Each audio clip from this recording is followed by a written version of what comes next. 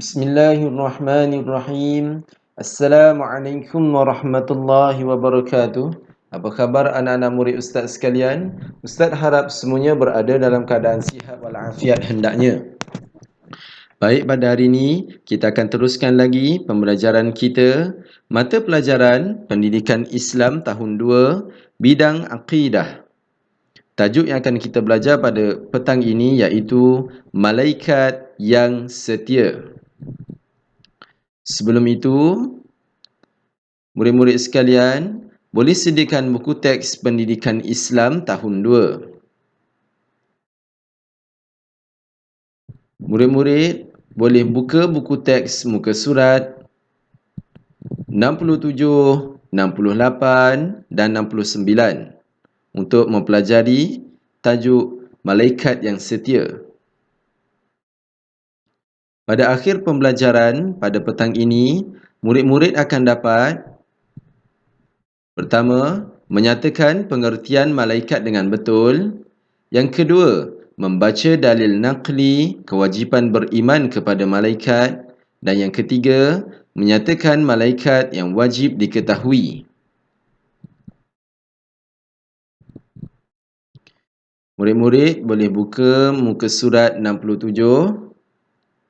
Sebelum itu, mari kita baca pantun ini bersama-sama.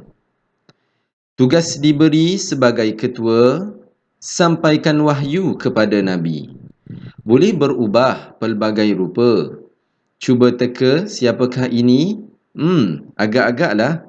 Siapakah yang dimaksudkan dengan pantun ini? Tentu sekalilah adalah malaikat Jibril ataupun malaikat Jibril alaihimussalatu wassalam. Murid-murid perlu tengok video ini sehingga habis untuk tahu tentang malaikat yang akan kita belajar pada petang ini. Murid-murid boleh buka muka surat 68. Sebelum kita berkenalan dengan malaikat dan tugas-tugasnya, kita perlu kenal dulu siapakah itu malaikat. Malaikat ialah makhluk yang diciptakan daripada cahaya, tidak berjantina, mempunyai tugasan yang pelbagai, sentiasa taat dan patuh kepada perintah Allah. Ingat ya murid-murid, tidak berjantina maksudnya malaikat ini bukanlah perempuan ataupun lelaki, bukanlah jantan atau betina. Yang sentiasa taat dan patuh kepada perintah Allah. Malaikat tidak melakukan maksiat walaupun sesekali. Malaikat hanyalah melakukan ibadah kepada Allah Subhanahu wa taala.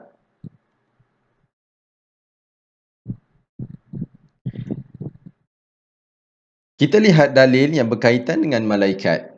Jom kita baca bersama-sama. Mengapakah kita wajib beriman dengan malaikat? Allah telah berfirman di dalam suratul Baqarah. Jom baca bersama-sama dengan Ustaz. A'udzu billahi minasyaitonir rajim. Kullun amana billahi wa malaikatihi wa kutubihi wa rusulihi. Suratul Baqarah ayat 285. Maksudnya, semuanya beriman kepada Allah, malaikat-malaikatnya dan kitab-kitabnya dan para rasulnya.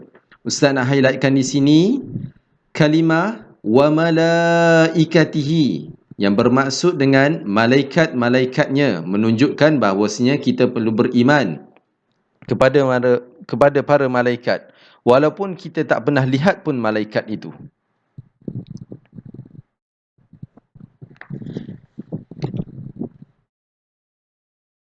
Jom kita tengok nama-nama malaikat dan tugas-tugasnya. Murid-murid boleh buka muka surat 69.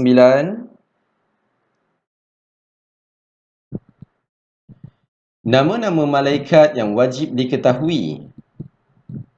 Jom kita lihat satu persatu.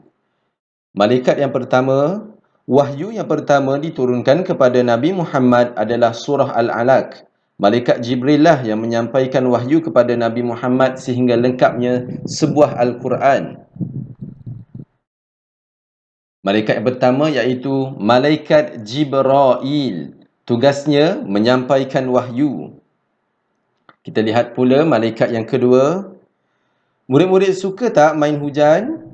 Mesti seronok kan main hujan? Selain itu, kita juga perlu bersyukur dengan rezeki yang dikurniakan oleh Allah Subhanahu Wa Taala. Tapi malaikat apa yang menurunkan hujan dan memberikan rezeki ini?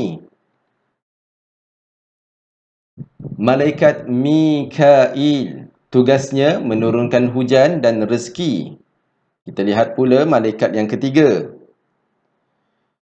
Bila Izrail datang memanggil, jasad terbujur di pembaringan, seluruh tubuh akan menggigil, terkujur badan dan kedinginan.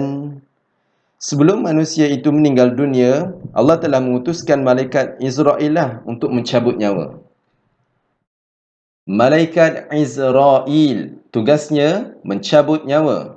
Kita lihat pula malaikat yang keempat. Murid-murid nak tahu tak, sebelum berlakunya kiamat, bumi ini akan dimusnahkan dan dihancurkan dengan tiupan sangkakala yang amat dahsyat. Seram dan takutnya. Jadi malaikat apa yang meniup sangkakala? Malaikat Israfil. Tugasnya meniup sangkakala. Kita lihat seterusnya. Malaikat yang kelima. Murid-murid pernah tak mengejek rakan-rakan? Itu adalah amalan yang tidak disukai oleh Allah Subhanahu Wa Taala. Ingat anak-anak, setiap apa yang kita buat di dunia ini akan dicatat. Tapi siapakah yang mencatat amalan buruk ini? Malaikat Atid mencatat amalan buruk. Kita lihat pula malaikat yang keenam. Membantu orang dalam kesusahan adalah amalan yang mulia. Cuba teka nama malaikat yang mencatat amalan baik. Agak-agak siapa ya? Malaikat Raqib. Tugasnya mencatat amalan baik.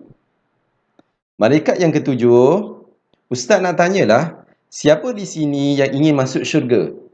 Wah, ramai yang nak masuk syurga, termasuklah Ustaz.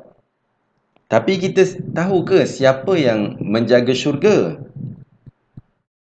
Malaikat Ridwan. Tugasnya menjaga syurga. Malaikat yang ke-8, ada ke yang nak masuk neraka? Na'udzubillahi min zalik. Semoga kita dihindari dari masuk api neraka, kerana azab api neraka itu sangatlah dahsyat. Malaikat Malik. Tugasnya menjaga neraka. Malaikat yang ke-9 dan ke-10 iaitu Malaikat Munkar dan Nakir. Tugasnya menyoal orang mati di alam kubur. Bukannya kita masuk kubur selepas meninggal dunia, masuk untuk bersantai-santai, tapi kedua-dua orang malaikat inilah yang akan menyoalkan tentang soal kubur kepada orang yang telah meninggal dunia. Baik anak-anak murid sekalian, Ustaz harap semuanya terhibur dengan persembahan Ustaz pada petang ini dan boleh mengambil manfaat dan sedikit ilmu.